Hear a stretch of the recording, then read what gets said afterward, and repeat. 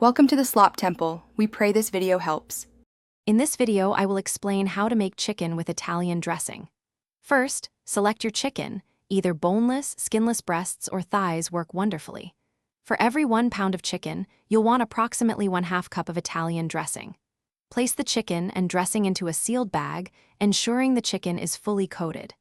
Marinate for a minimum of 30 minutes, or for deeper flavor, let it sit for up to 12 hours in the refrigerator. Once your chicken is perfectly marinated, it's time to cook. You have several delicious options. Grilling is fantastic. Cook over medium-high heat for about 6 to 8 minutes per side until cooked through. Alternatively, you can bake it at 375 degrees Fahrenheit for 20 to 25 minutes.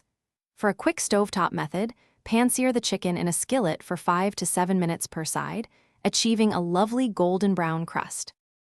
Ensuring your chicken is cooked safely and thoroughly is crucial.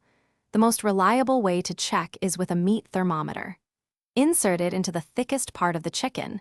It should read 165 degrees Fahrenheit. If you don't have a thermometer, pierce the chicken with a fork. The juices should run clear, indicating it's ready to enjoy. Avoid overcooking to keep the chicken tender and juicy. Now for the best part, serving your delicious Italian dressing chicken. It's incredibly versatile.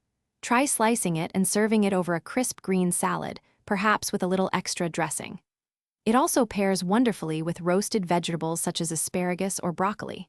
For a heartier meal, serve it alongside pasta, fluffy rice, or creamy mashed potatoes.